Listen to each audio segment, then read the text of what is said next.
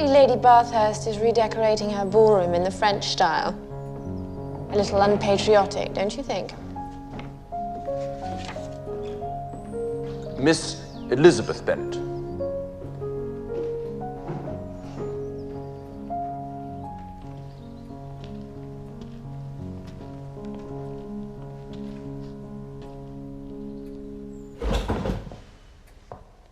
Good Lord, Miss Elizabeth, did you walk here?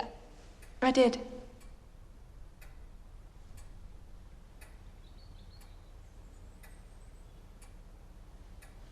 I'm so sorry. How is my sister? She's upstairs. Thank you.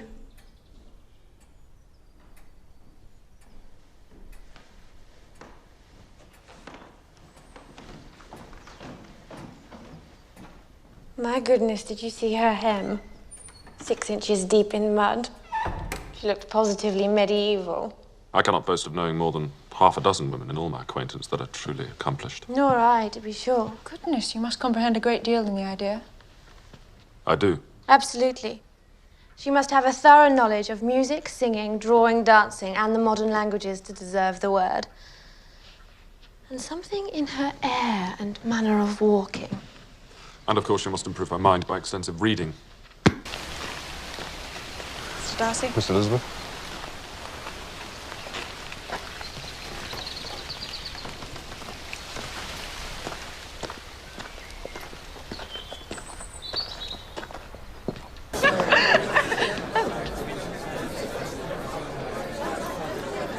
May I have the next dance, Miss Elizabeth? You may.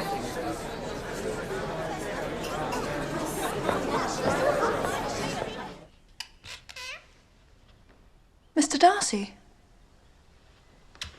What are you doing here? Mr. Darcy, I had no idea we had the honour. Miss Elizabeth, I'm a guest here. Though you have no instrument of your own, you're very welcome to come to Rosings and play on the pianoforte in the housekeeper's room. Oh, thank you, Your You'll be in nobody's way in that part of the house.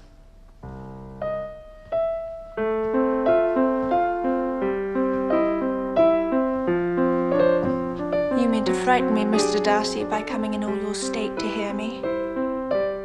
But I won't be alarmed, even if your sister does play so well. I'm well enough acquainted with you, Miss Elizabeth, to know that I cannot alarm you, even should I wish it. What was my friend like in Hertfordshire? You really care to know? Prepare yourself for something very dreadful. The first time I saw him at the assembly, he danced with nobody at all. Even though gentlemen were scarce and there was more than one young lady sitting down without a partner. I knew nobody beyond my own party. Oh, and nobody can be introduced in a ballroom. Fitzwilliam, I need you.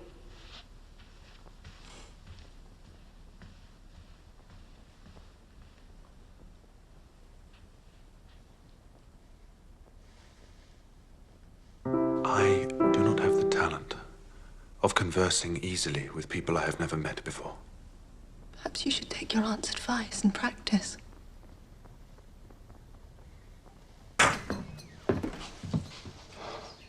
Mr. Darcy?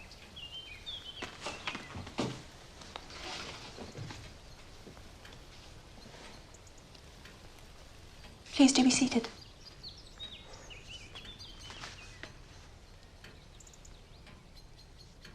I'm afraid Mr. and Mrs. Collins have gone on business to the village.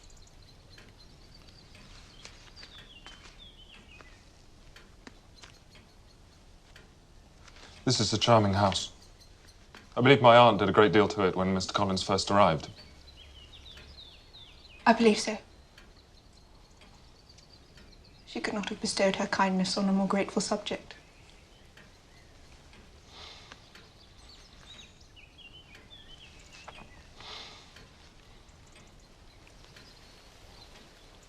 Shall I call for some tea? No, thank you.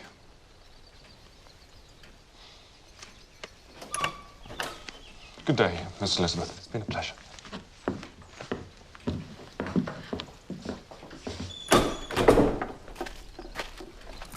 What on earth have you done to poor Mr. Darcy? I have no idea.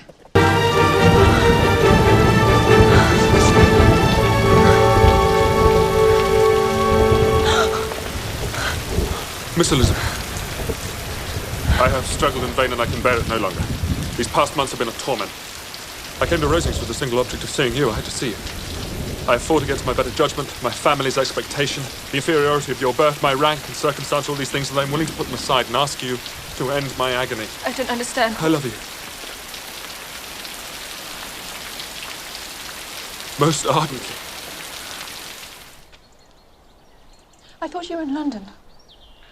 No. No, I'm not. No. No, I We came would not back have come a day had we early, known some you. business with my steward. Yeah.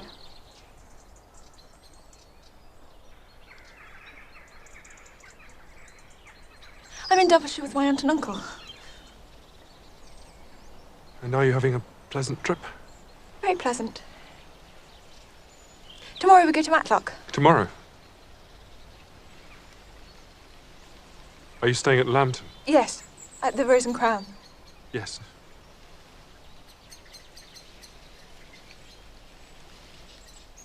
I'm so sorry to intrude. They said that the house was open for visitors. I had no idea. May I see you back to the village? No. I'm very fond of walking. Yes. Yes, I know.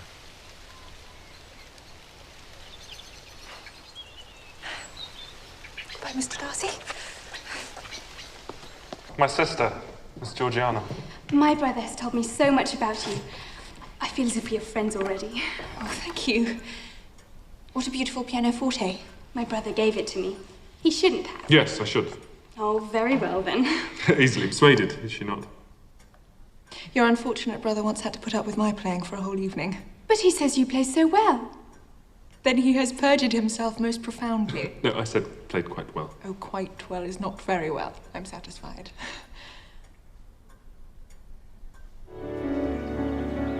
I couldn't sleep. Nor I. My aunt. Yes, she was here. How can I ever make amends for such behaviour? After what you have done for Lydia, and I suspect for Jane also, it is I who should be making amends. You must know. Surely you must know it was all for you. You are too generous to travel with me. I believe you spoke with my aunt last night and it has taught me to hope, as I had scarcely allowed myself before. If your feelings are still what they were last April, tell me so at once. My affections and wishes have not changed. But one word from you will silence me forever.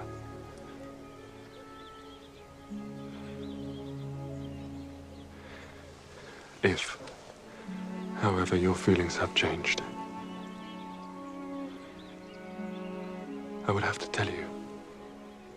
You have bewitched me, body and soul, and I love and love and love you. And never wish to be parted from you from this day on.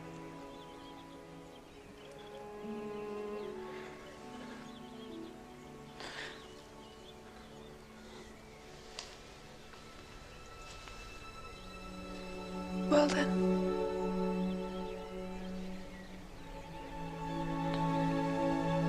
Your hands are cold.